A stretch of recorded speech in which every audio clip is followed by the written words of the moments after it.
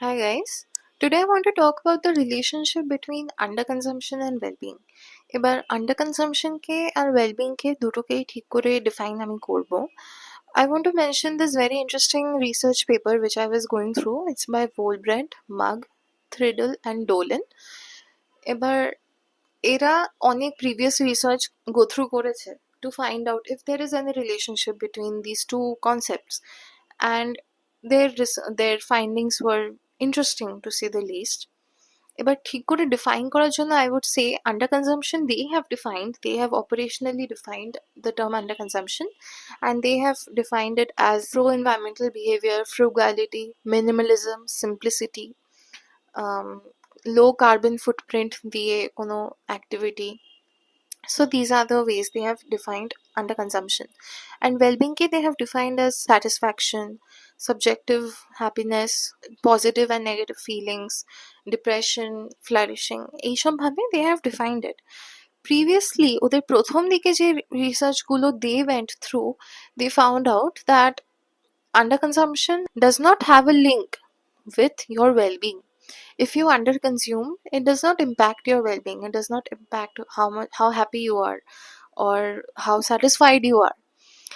তারপরে they found that একটা scenario হতে পারে where your surroundings, তোমার সারাউন্ডিংস এর লোকেরা তোমার থেকে বেশি কনজিউম করছে, বা তোমার কোনো একটা ইমিডিয়েট নিড আছে, সেই নিডটার জন্য you have to consume, you have to purchase. You cannot be minimalist here, you cannot be frugal here. ওই সময়ে in these two scenarios, if you are under consuming, you might have a negative impact on your well-being. I'd give you an example. যদি কোনো একটা competition আছে and for that competition you need to buy something. Say you want to appear for an open book examination, and you need to buy the book for that. Like, there is no way you can get it from anywhere else. You need to buy the book.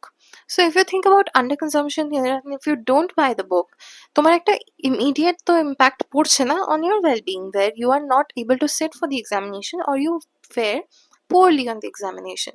So well-being কমে যাচ্ছে ওইখানটাতে. The other area where underconsumption এর সাথে একটা positive impact আছে is where you are voluntarily being minimalistic or simple in your consumption habits, in your consumer behavior.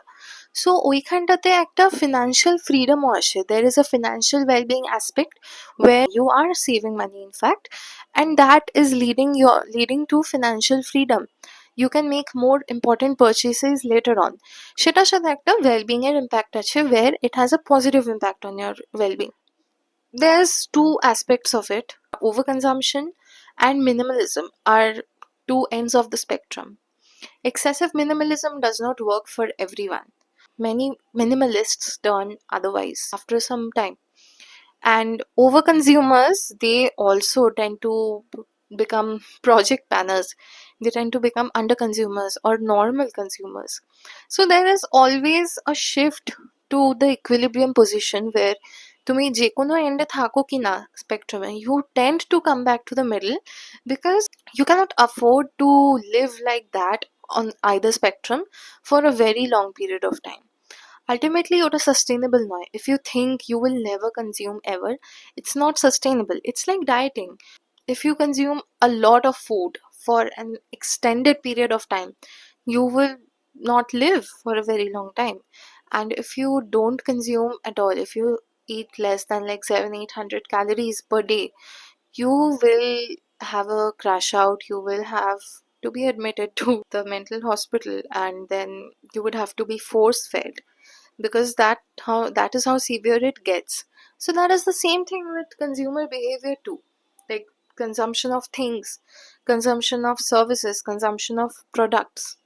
তোমার যে কোনো দিকেই থাকুক না কেন, you tend to come to the middle, because keeping in mind your goal of whether you want to have a sustainable pro-environmental consumer behavior, or you want to live recklessly on either side. If you want to live in a very restricted manner or in a very lavish manner, you tend to realize what it is that is pushing you, and you tend to understand যে আমার এটা continue করলে কি impact হবে, it shows that I really wanted to stress on the financial freedom part, because debte thaka, like you being in debt, is not worth anything.